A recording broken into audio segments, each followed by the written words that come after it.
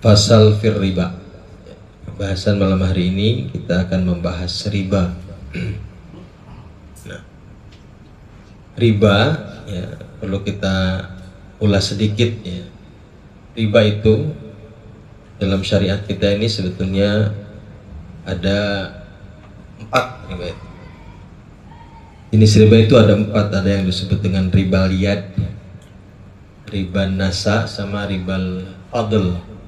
Yang terakhir adalah ribal qard katanya.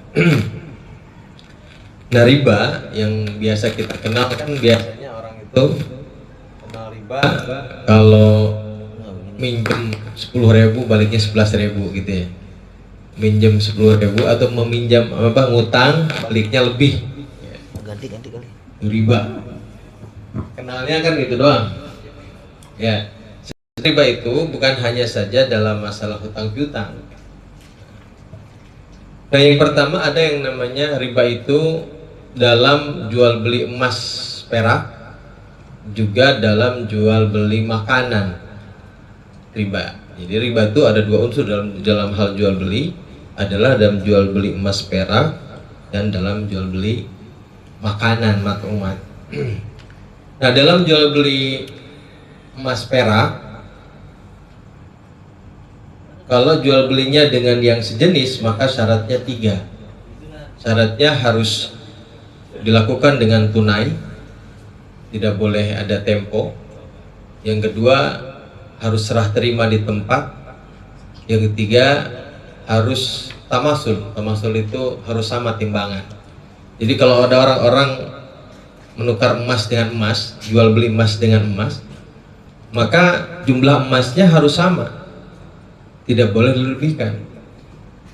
Ya, walaupun misalnya yang nuker kan ini model tua ditukar sama model yang muda, nah nggak boleh ada lebih, harus tamasul, harus sama dalam timbangannya. Itu yang pertama.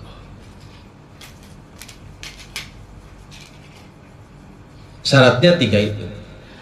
Kalau ada kekurangan, berarti misalnya tidak kontan, ada tempo, namanya riba nasa.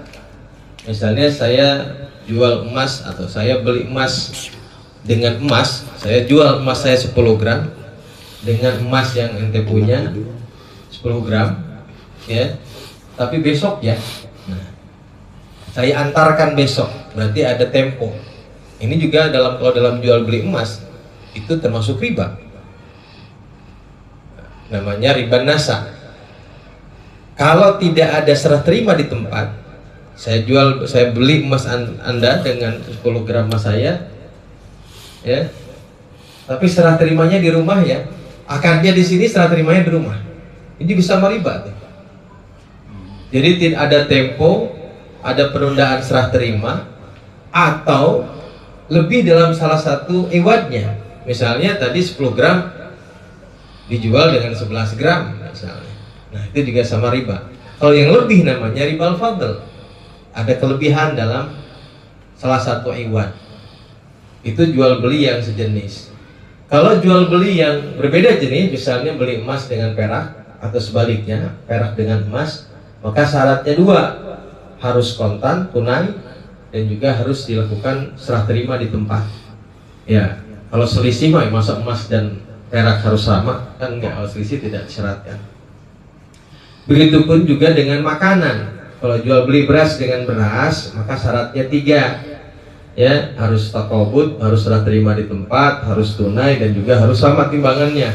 Kalau beda jenis, boleh berbeda timbangan, karena beda jenis. Misalnya beli beras dengan jagung misalnya. Nah, ini adalah yang disebut dengan jual beli robawi, jual beli yang ada muatan ribanya. Ketika kita melakukan jual beli yang model ini, yang semacam ini, harus berhati-hati. Ya, harus berhati-hati. Masalahnya kan kalau misalnya kita nuker emas, pasti kan ada lebihan tuh. Nggak bisa misalnya kita, oke, boleh nggak nuker emas 3 gram dengan 3 gram? Misalkan cincin jadi gelang misalnya gitu ya. Dengan timbangannya sama 10 gram, boleh nggak? Boleh. Ya, tapi harus nambah misalnya gitu. Nah, nambah itu kan ada kelebihan. Nah, biasanya kan disiasati. Disiasatnya adalah ongkos apa namanya, ongkos pembuatan dan ongkos pembuatan gitu. Boleh tuh gitu ya? Ya, boleh kalau gitu, karena itu sebenarnya helah itu tuh. Ya, kalau misalnya dimasukkan ke dalam akad nggak bisa. Ya, jual belinya harus emas dengan emas 10 gram 10 gram tanpa memasukkan syarat lebihan tadi. Karena kalau dimasukin syarat berarti ada kelebihan dalam salah satu iwadnya. Iwad itu alat tukarnya, salah satu alat tukarnya, itu yang nggak boleh. Itu adalah riba. Nah, yang keempat adalah ribal qard, riba yang biasa yang kita kenal tuh, riba rentenir gitu ya. Artinya riba kalau menghutang ada kelebihan dalam pengembalian. Nah, itu namanya ribal qard. Itu secara pengertian adalah kullu qardin, setiap hutang piutang jara manfaatan lil muqrid, yang mendatangkan manfaat bagi orang yang menghutangkan. Ya, hutang piutang yang mendatangkan manfaat kepada orang yang menghutangkan namanya riba. Ribal qard namanya. Ini yang berlaku di kita tuh. Jadi tidak harus dengan hal yang sama, misalnya minjem 10.000 jadi 11.000, nggak harus begitu. Misalnya kalau kita menghutangkan sesuatu kepada orang lain, misalnya minjem duit, ya saya pinjemin, tapi lu cuciin motor gua ya, nah itu juga sama, riba, karena mendatangkan manfaat. Rokin gue ya. Kerokin gue ya, misalnya itu manfaat itu. Ya, Tapi kerokin balik. gitu ya. Jadi manfaat apa saja yang datang kepada orang yang memberikan hutang, memberikan piutang, maka disebut sebagai riba, namanya ribal qard. Ya, jadi hutang piutang yang mendatangkan manfaat kepada orang yang memberikan piutang, nah itu namanya ribal qard.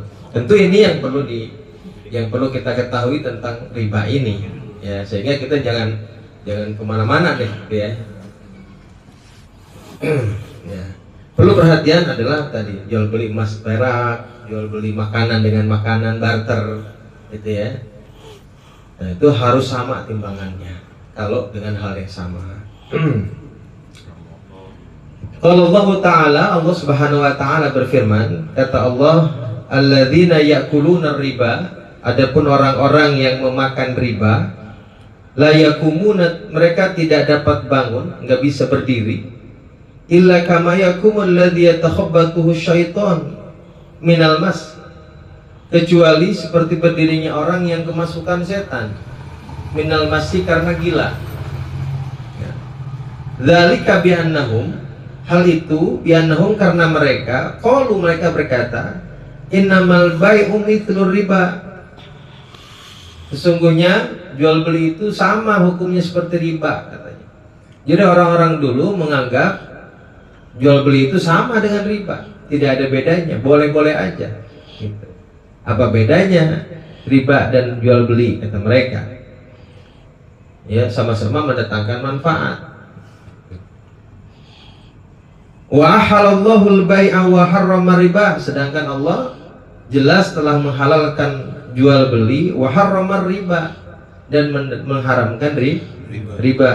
Faman ja'ahu mau'izatun min rabbih, maka barang siapa yang telah datang kepadanya peringatan min rabbih, dari Allah Subhanahu wa taala, fantaha, lalu dia berhenti dari perbuatan riba, falahu masalah, maka baginya apa yang dia peroleh pada waktu lalu, ya. Wa amruhu ilallah, dan urusannya dikembalikan kepada Allah, terserah kepada Allah. Ya, ketika telah datang peringatan kepada kita, sudah tahu kita tentang hukum riba, lalu kita bertobat kepada Allah, berhenti dari perbuatan itu, maka semuanya ya diampuni oleh Allah Subhanahu wa taala, dan urusan nanti di akhirat hukumnya gimana itu urusan Allah. Yang penting ketika kita tahu ini haram, kita berarti selesai, udah. Wa man ada, kemudian barang siapa yang balik melakukan kembali hal itu, faulaika ashabun nar, maka mereka itulah penghuni neraka. Hum fiha khalidun, mereka di dalamnya abadi. Ya, naudzubillahi min dzalik. Intinya kenapa mereka katanya tadi dikatakan yatakhabbatu syaitan minal mas, karena mereka mengatakan bahwa riba sama dengan jual beli dalam hukumnya. Padahal jelas Allah Subhanahu wa taala mengatakan bahwa jual beli itu halal, riba itu haram. Ya, kecuali tadi dalam jual beli emas perak dan makmumat, makanan-makanan yang perlu dilakukan kehati-hatian supaya tidak masuk ke dalam ranah yang disebut dengan riba. Wa qala ta'ala, dan Allah Subhanahu wa taala berfirman, kata Allah, ya ayyuhalladzina amanu, wahai orang-orang yang beriman, ittaqullah, takutlah kamu kepada Allah, bertakwalah kamu kepada Allah, wadharu ma baqiya minar riba, wadharu, dan tinggalkanlah oleh kalian ma baqiya minar riba, apa yang tersisa dari riba, in kuntum mu'minin, jika kalian orang yang beriman. Ya, jadi yang tersisa dari urusan riba udah tinggalin aja. Ketika kita tahu bahwa hukumnya haram, riba itu haram, udah tinggalin. Walaupun masih ada yang tersisa, ya, jangan pikir aku ini ngabisin dulu nih. Jangan pakai nungguin ngabisin, udah tinggalin aja. Ya. Fa illam taf'alu, jika kalian tidak melakukan hal itu, udah tahu hukumnya haram, ya, tahu harus ditinggalkan, tapi ini tidak dilakukan, lanjut terus. Tadi bahasanya nanggunglah, katanya ini ngabisin dulu yang ada. Fa'dhanu biharbin minallahi wa rasulih, maka ketahuilah oleh kalian, ya, atau ketahuilah oleh kalian biharbin minallahi wa rasulih, katanya akan diperangi Allah dan Rasulnya. Jadi orang-orang yang tetap melakukan riba setelah datang peringatan kepada mereka, setelah tahu hukum riba itu apa, ya, lalu tidak melakukan, artinya tidak berhenti dari perbuatannya, maka seolah-olah dia mengumumkan perang kepada Allah dan Rasulnya. Na'udzubillahi min dzalik.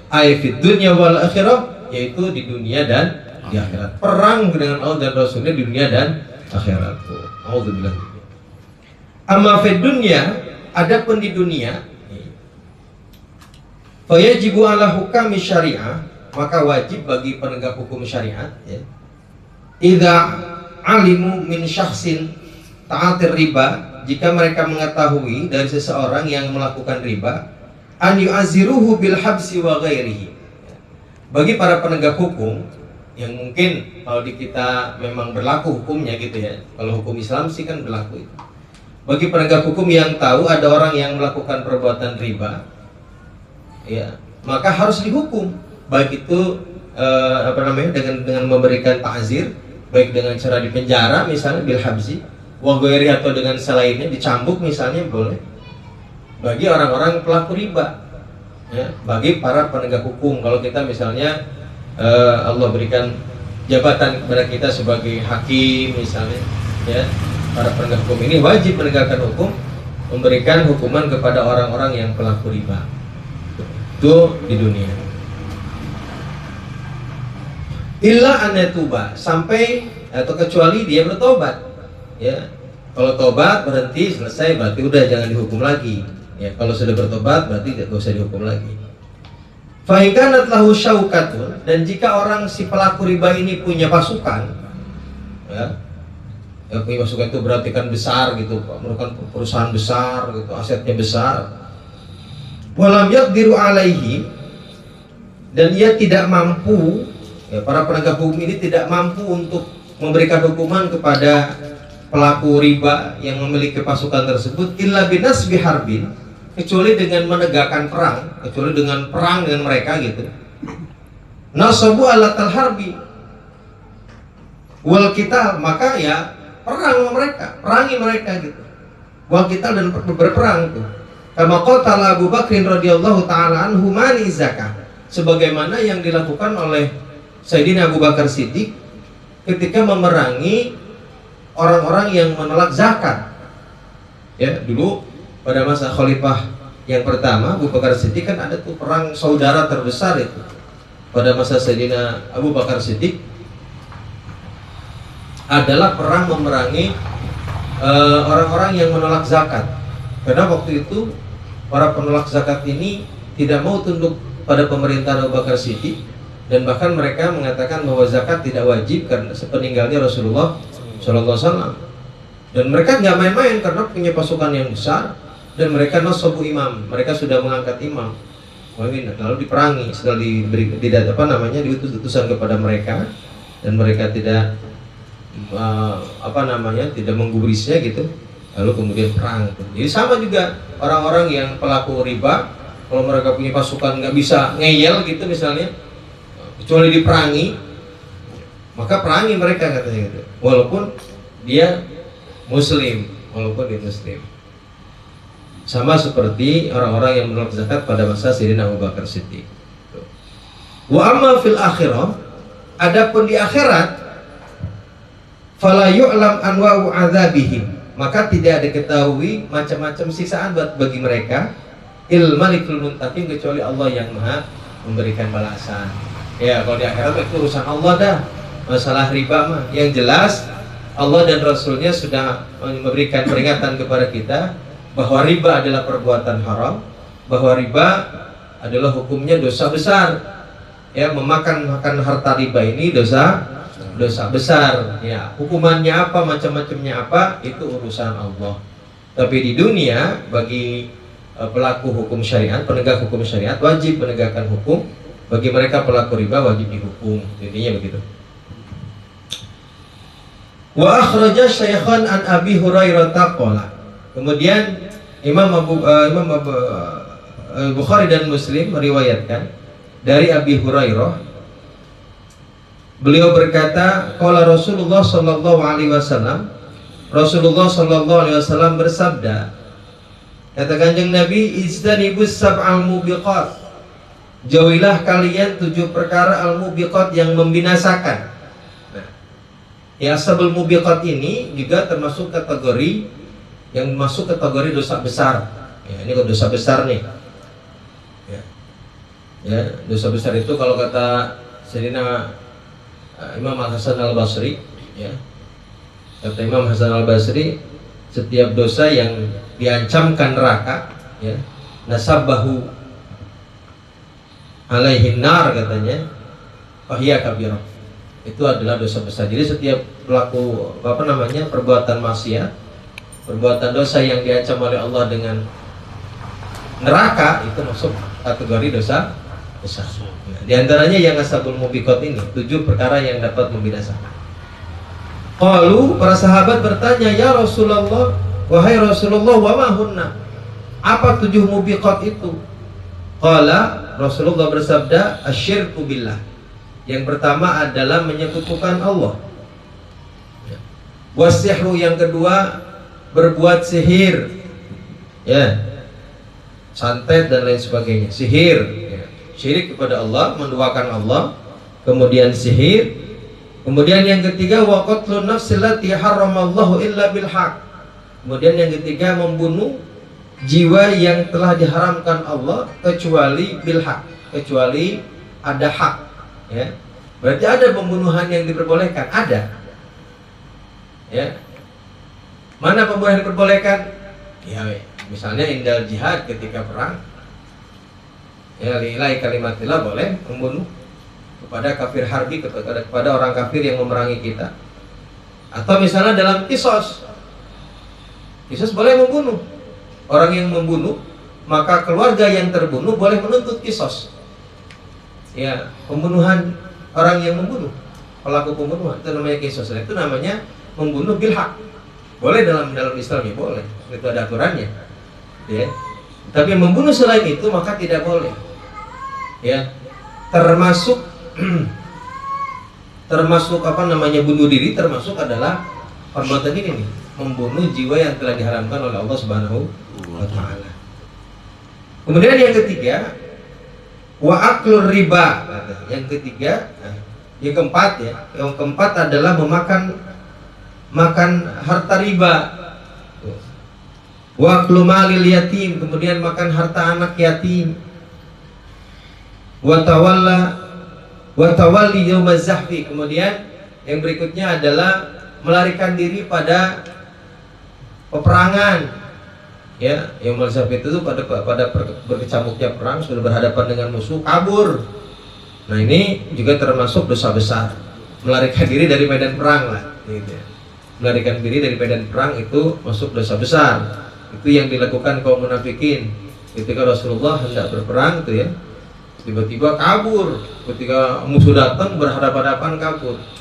Karena dengan melarikan diri tersebut itu bisa pengaruhnya besar, karena bisa mengurangi melemahkan semangat tempur itu, semangat perjuangan. Makanya hukumnya dosa besar. Lalu yang ke-7, wa qadful muhsanatil ghafilatil mu'minat adalah menuduh berzina kepada perempuan, kepada orang lain, ya, yang muhsan, yang menjaga dirinya, ya, yang menjaga diri itu yang tidak mengumbar-umbar aibnya, ya, memang terkenal ya orang baik-baik lah gitu bahasa kitanya, ya, orang baik-baik. Nah, jadi menuduh tuduhan berzina kepada orang yang baik, gitu ya, secara zahir dalam kasat mata kita adalah masuk qadful muhsanat. Illa, kecuali yang tidak masuk tuduhan berzina, menuduh orang berzina, qadzaf itu adalah kepada orang yang mudhir bizina, orang yang memang menampakkan dirinya dalam perbuatan zina. Misalnya seperti memang dia masyhurnya sebagai PSK misalnya, gitu ya. Nah itu ya menuduh berzina karena dia sudah mengumumkan dirinya sebagai pezina. Tapi bagi mereka yang apa namanya, yang menjaga dirinya dituduh berzina, maka masuk pada kategori qadzaf. Selain qadzaf ini, selain hukumnya dosa besar, qadzaf ini juga ada hadnya. Ya, ada hadnya dalam Islam. Orang yang menuduh berzina itu ada hadnya. Apa hadnya? 80 kali cambukan. Samanina jaldah. Jadi kalau misalnya gini, kalau ada orang menuduh orang lain berzina dan dia tidak bisa membuktikan perzinahannya, maka dia sendiri yang terkena hukuman. Ya, maka dia sendiri yang terkena hukuman. Nah, sementara begini, sementara dalam Islam untuk membuktikan perzinahan kan cuma 2. Saksi 4 orang laki-laki yang adil, dan ini tidak mungkin laki-laki orang yang adil melihat seperti masukin jarum benang ke dalam lubang jarum, atau pengakuan si pelaku. Kalau ngintip hilang adalahnya. Iya. Adil.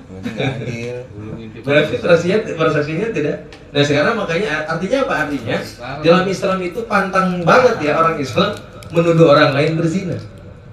Bahkan nih kalau menurut syariat kita itu, ya menemukan laki-laki dan perempuan di dalam karung berduaan tanpa busana sekalipun tidak bisa kita tuduhkan zina. Sulit itu. Ya. Makanya dalam bab li'an itu ada nih, dalam bab nikah nih, Bang Gofar itu kemarin pengen buat buka hukum nikah nih. Ada namanya bab li'an. Bab li'an itu adalah sumpah saling melaknat antara suami dan istri. Gimana kasusnya? Kasusnya itu kalau ada suami nuduh istrinya berzina, dia yakin banget istrinya berzina. Orang ketemu di kamar misalnya, digerebek langsung, gitu. Dia yakin banget. Sementara dia tidak bisa membuktikan, ya tidak ada saksi 4 orang kan nggak mungkin, tidak bisa membuktikan. Tapi dia udah pokoknya ini gue berzina aja, yakin 100% kalau dia berzina. Ya. Gimana hukumnya? Maka dia harus mula'an, harus menyampaikan sumpah. Nanti harus mengumpulkan banyak orang di dalam masjid jame, di hadapan hakim, di hadapan orang banyak. Dia naik ke mimbar, dia bersumpah, ya, saya bersaksi demi Allah Bapak bahwa apa yang saya sampaikan saya benar, ya, terhadap tuduhan pada istriku dalam berzina, selama 4 kali sumpah. Lalu sumpah yang kelima, dia bersumpah yang kelima, saya bersaksi demi Allah, maka laknat Allah kepadanya, kepada orang yang bersumpah maksudnya, jika dia berbohong. Jika dia berbohong, maka sumpah Allah, laknat Allah kepadanya. Namanya sumpah li'an, saling melaknat. Nah, dengan sumpah li'an ini, maka si istri yang dia tuduh berzina tersebut wajib terkena had zina. Ya, wajib tidak terkena had zina. Kecuali jika dia menolak tuduhan itu, maka dia harus mengangkat sumpah yang sama. Nah, kalau misalnya dia nggak sumpah, maka dia harus dirajam, dia harus dirajam sampai mati. Kalau nggak mau ya dia naik sumpah lagi, bersumpah 5 kali di atas mimbar. Yang terakhir, sumpah yang terakhir adalah kemudian laknat kepada dirinya kalau dia orang yang benar, tuduhan suaminya benar. Ya. Nah dengan sumpah li'an ini kemudian maka putuslah hubungan suami istri abadan selamanya. Ya bisa, itu nggak ada rujuk itu udah. Bagian itu. Kalau ada anak misalnya, ada anak nih yang dituduhkan oleh suami, wah anak yang ini juga nih bukan anak gua nih. Mukanya lain nih misalnya gitu. Nanti dalam sumpah itu disebutkan, bahwa anak ini bukan anak saya, gitu disebutkan. Namanya sumpah lana itu. Ya, sumpah namanya sumpah nih. Itu saking dalam tuduhan berzina itu dilarang sekali dalam Islam itu menuduh orang lain yang ifah, yang menjaga dirinya, yang baik-baik, orang baik-baik kita tuduh berzina. Kecuali kita punya saksi. Saksinya 4 orang. Adil lah lu. Saksi 4 orang, kudu adil. Ngintip nggak adil berarti. Iya berat. Gua kayaknya nyangkanya nuduh orang udah. Biar lihat juga. Ngombe lagi. Paling ngombe. Aduh berat. Kalau ngombe mah pasti. Gitu mah. Iya. Kayak sarung, kayak sepak. Ya, itu adalah sab'ul mubiqat, 7 perkara yang dapat membinasakan. Lalu berikutnya dari Ahmad, dari Imam Ahmad bisanadin sahih, dengan sanad yang sahih, wa Tabrani dan Imam At-Tabrani an Abdullah bin Hamdalah, dari Abdullah bin Hamdalah, Rasulullah bersabda, dirhamun riba, 1 dirham yang dihasilkan dari riba, yakuluhur rajulu, yang dimakan oleh seorang laki-laki, wa huwa ya'lamu, dan ia tahu bahwa itu dari riba. Asyaddu, itu lebih berat indallahi, di sisi Allah, min sittatin wa salasina zanyatan, daripada 36 kali berzina. Parah ya. Itu adalah 1 dirham dari zina, dari riba. Ini gue usah jelasin, udah jelasin. Parah ini mah. Wa ibnu Abi Dunya wal Baihaqi an rajulin minas sahabah. Dari Ibnu Abi Dunya, dari Imam Al-Baihaqi, an rajulin minas sahabah, diriwayatkan dari seorang laki-laki dari sahabat Nabi sallallahu alaihi wasallam. Qala, ia berkata, khotobana Rasulullah sallallahu alaihi wasallam. Rasulullah menyampaikan khutbah kepada kami. Fadzakara amra riba, kemudian Rasulullah menyebutkan tentang riba. Wa azma sya'nihi, dan besarnya urusan riba. Wa qala, Rasulullah bersabda, inna dirhama, sesungguhnya 1 dirham, yusibuhu rajulu minar riba, yang ia peroleh dari riba, yang seorang laki-laki peroleh dari riba, a'dhamu indallah fil khati'ati, lebih besar di sisi Allah dalam kesalahannya, min sittatin wa salasina zanyatan yazniha rajul, lebih besar dari 36 kali berzina yang dilakukan seorang laki-laki. Bukan ngombe tuh, bukan jina. Jina. 36 kali. Jina muson ya udah ya. Parah bener. Iya. Iya, gimana jina gede udah. Iya. Zina udah gede aja sih. Kan ada jina kering apa? Anak muda mah. Jina. Nyium dikit. Enggak sampai basah. Iya. Kata orang dulu gitu. Ujungnya doang gitu. Nyium dikit. Ujungnya doang. Wal Hakim wa qala, kemudian dari Imam Hakim wa qala, beliau berkata, sahihun ala syarti syaikhain wal Baihaqi. Hadis ini sahih sesuai dengan syaratnya Imam Bukhari dan Muslim dan Imam Al-Baihaqi. Ar-riba, adapun riba, salah satu wasab'una baban, terdapat 73 bab. Ya. Aisaruha, yang paling ringan, mithlu ayyan kiha rajul ummahu, itu seperti dosanya laki-laki yang menikahi ibunya. Paling ringan tuh. Itu paling ringan. Paling ringan. Wa Tabrani, dan Imam Tabrani meriwayatkan, iyyakum wadhunubal lati la tukfar, jauhilah olehmu dosa-dosa yang tidak diampuni. Mana dosa yang tidak diampuni? Yang pertama al-ghulul, berkhianat dalam segala sesuatu. Faman ghala syai'an atabihi yaumal qiyamah, maka barang siapa yang berbuat khianat, ya ia akan datang pada hari kiamat dengan membawa pada hari kiamat dengan membawa khianat itu. Kalau orang misalnya menyembunyikan harta rampasan perang pada waktu perang, ya, lagi perang dapat ghanimah. Ya, ghanimah itu kalau lagi perang kan dikumpulin tuh. Orang lagi perang dikumpulin nanti dibagi. Yang dibagi oleh khalifah, oleh raja. Nah, ini diumpetin duluan daripada nanti kebagian dikit katanya. Harta rampasan diumpetin duluan. Nah, khianat sama. Nanti dia jamaah akan dikalungkan di hadapan Allah Subhanahu wa taala. Kecil diam. Kecil. Wa aklu riba, yang berikutnya adalah makan riba. Faman akala riba wa isa yaumal qiyamati majnunan yatakhabbat. Barang siapa yang memakan harta riba, maka akan dibangkitkan dia pada hari kiamat majnunan dalam keadaan gila yatakhabbat. Ya, rasukan setan. Summa qara'a, kemudian Rasulullah membaca ayat alladzina yakuluna riba la yakumuna illa kama yakumul ladzi yatakhabbatu syaitanu minal masi al-ayah. Membaca itu tuh, ya. Jadi yang dosa yang harus banget kita jauhi adalah tadi perbuatan khianat. Yang kedua adalah memakan makanan riba. Wal Asbahani, kita tulis lagi. Dari Imam Al-Asbahani an Abi Sa'id Al-Khudri, dari Abi Sa'id Al-Khudri, anna Rasulullah sallallahu alaihi wasallam qala, bahwasanya Rasulullah SAW bersabda, lama usriya bi, ketika aku di Isra dan Mi'rajkan, marartu biqaumin butunuhum baina aydihim, saya bertemu atau berpapasan dengan orang yang perutnya di hadapannya, di antara kedua tangannya, gede sekali itu perut. Kullu rajulin minhum batnuhu mithlu baitid dakhmi.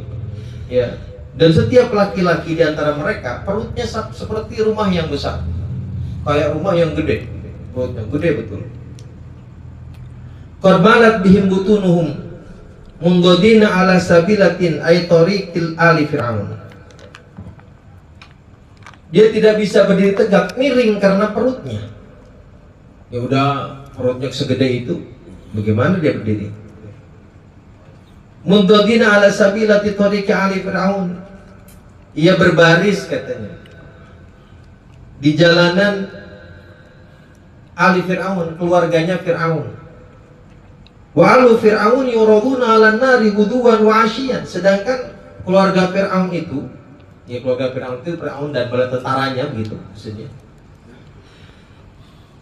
Yuraduna ala nari guduwan wa asyian. Diperlihatkan kepadanya pagi dan petang neraka. Ya, jadi sebagaimana dalam ayat dikatakan bahwa Fir'aun dan bala tentaranya ini setiap hari pagi dan petang disiksa dalam api neraka di alam kuburnya, di barzakh, bukan di hari kiamat, bukan di barzakhnya, di alam kuburnya. Kemudian ini juga menjadi apa namanya, menjadi salah satu dalil bagi para ulama yang mengatakan bahwa adanya siksa di dalam kubur. Karena dalam ayatnya jelas kita, siksa dalam kubur diantaranya adalah alu Fir'aun ini, Fir'aun dan bala tentaranya yuraduna ila nari guduwan wa asalan, ya. Pagi dan petang, guduwan wa asyian. Qala fayaqbaluna mithla ibilil manhumati. Mereka, perawi mengatakan fayaqbaluna, lalu mereka menghadap misal ibilil manhumati, seperti onta yang haus katanya, kayak orang kehausan gitu, seperti onta yang kehausan. La yasma'una wa la ya'qilun, mereka tidak mendengar, tidak berakal, dan nggak bisa dengar, tidak berakal. Fa idza hassa bihim ashabut tilkal butun, ketika mereka yang punya perut besar tersebut, ya, mengetahui Fir'aun dan bala tentaranya akan lewat, mereka bangun, berdiri. Mereka berdiri, fatamila bihim, ya, berdirinya tidak tegak, miring. Bihim butunuhum, fatamila bihim butunuhum. Perut mereka membuat mereka menjadi miring, tidak bisa berdiri dengan tegak. Fala yastati'una ayyabrahu, sehingga mereka tidak mampu untuk pergi, ya. nggak bisa bangun tuh, cuman berdiri sambil miring gitu.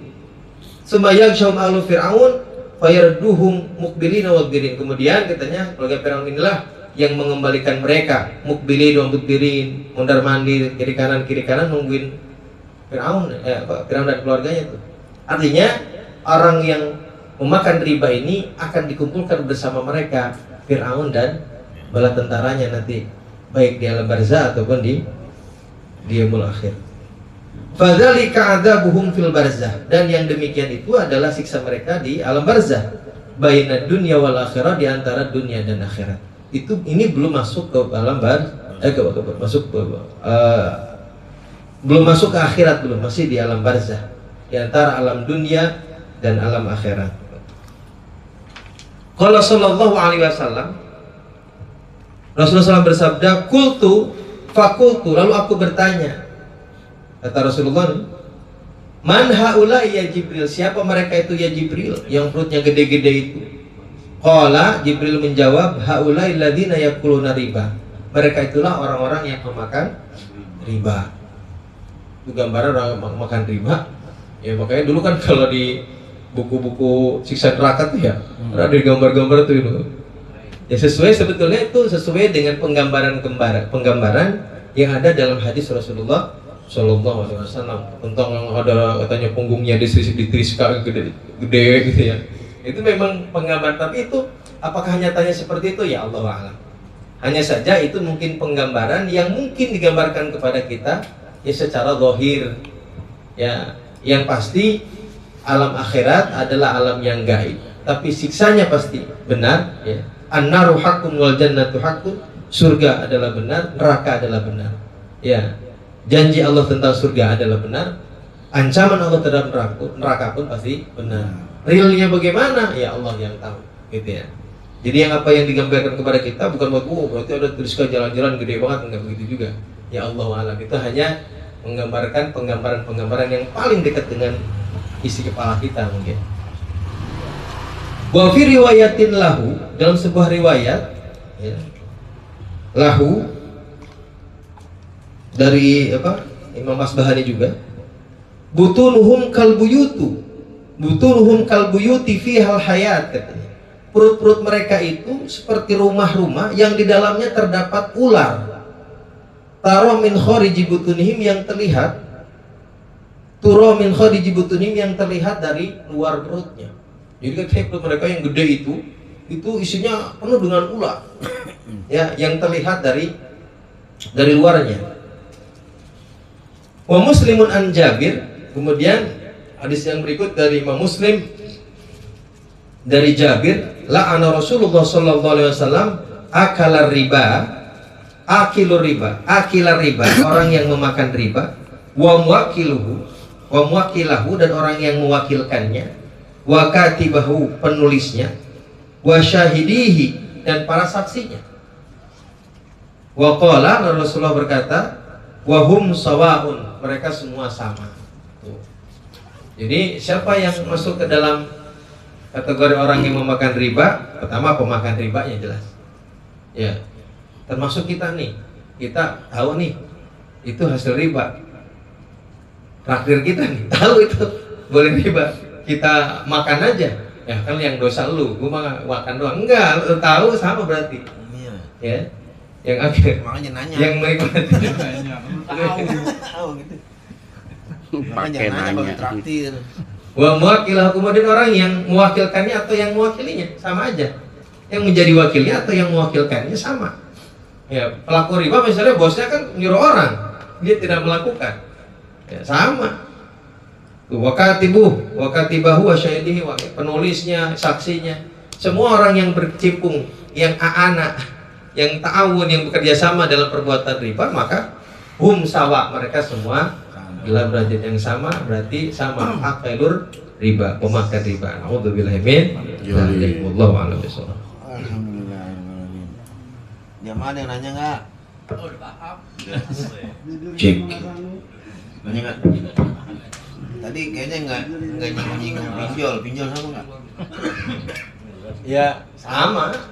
Tadi nggak nyebut pinjol.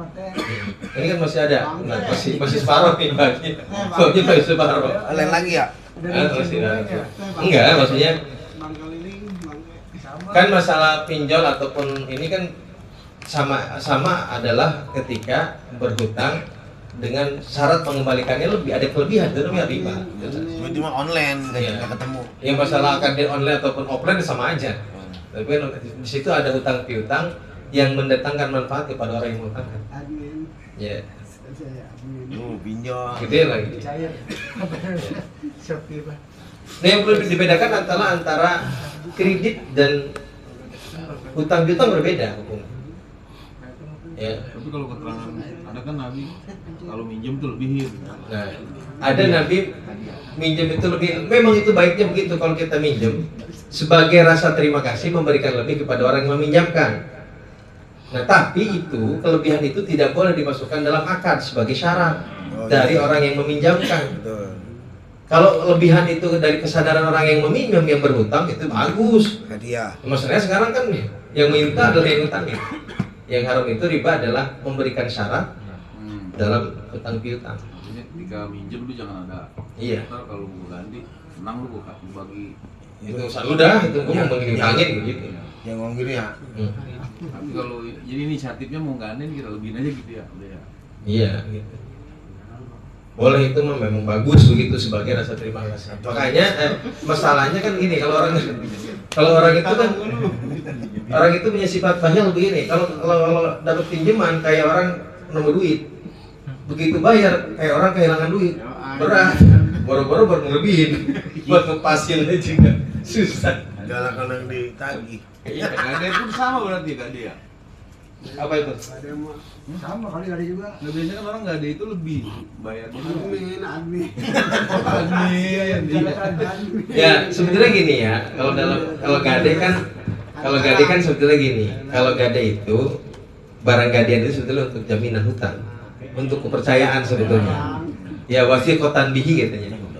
Cuma masalahnya kalau di kita kan prakteknya gini, gade itu ngutang duit atau utang apa saja, baliknya kan tetap jadi bayar, jadi gede. Kalau utang duit misalnya 10.000, ya kan dicicil setiap bulan 1.000, 12 bulan jadi 12.000. Ya itu kan yang riba di situ ya, karena ada kelebihan.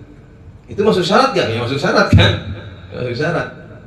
Kalau nggak masuk syarat nggak apa-apa. Pokoknya intinya kelebihan yang dimasukkan ke dalam syarat itu Iya, riba. masukkan akad dan syarat itu. Entah itu lebihnya ngerokin, entah itu lebih Mungkin wadah. lu gua payungin ntar. Iya, apa saja itu manfaat yang datang kepada Iya. orang yang menghutangkan. Bisa gua cukurin lu kalau gua dipinjem ya. Gua punya. Cukurin gua ya tapi nggak boleh Jod. Astagfirullahaladzim. Dah? Nanti ada tulisannya kan ya? Hah? Ya ada tulisannya babnya. Nanya aja terus semua kalau belum puas mah. Nanti kita ketemu lagi, bab riba masih banyak.